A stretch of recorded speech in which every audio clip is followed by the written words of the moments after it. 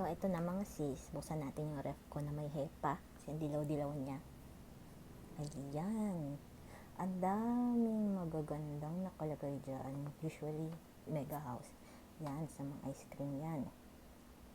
Hindi ko na maalala. Pero, nasa yung dog ng Mega House. Yan, doon siya galing. And then, ito, buksan natin. Okay. May bilog na nakalagay. So, sa ice cream yan eh. So, nilagay ko lang dyan.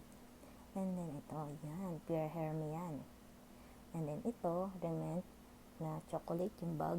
And then, yung isa, chocolate din na Mega House. So, kailangan mo ng dalawang set para makaproduce ka ng dalawang chocolate. So, mahilig ako magdoble.